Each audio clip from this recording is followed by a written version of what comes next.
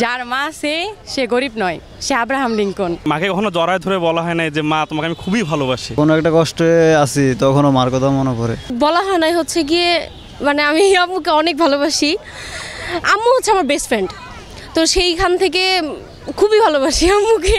আমি কখনো আসলে মাকে বলি না যে আমি মাকে ভালোবাসি, যদিও আমি সারাক্ষণই মার সাথে থাকি। তো মোটামুটি সময় মার সাথে আমার এটা ওটা বিষয় নিয়ে ঝগড়া হয়ে যায়, যেটা আর কি নর্মাল বিষয় হয়। তো আর কি আমি এটাই বলবো যে আমি আমার মাকে অনেক ভালোবাসি। যার মা সে গরিব নয়, সে আব্রাহাম লিঙ্কন।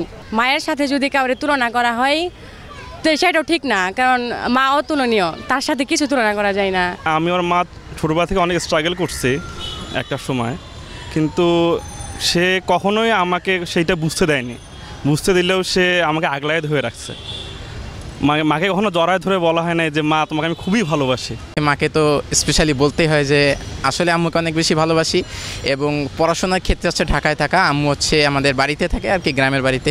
বাট অনেক সময় চাইলেও আর কি আম্মুকে পাওয়া যায় না কাছে, বা হচ্ছে বাসায় যে আদর ভালোবাসাটা সেটা হয়তো বা দূরে থেকে হয় না, এটা মেনে নিতে হবে আর কি। বাট ভালোবাসি মাকে।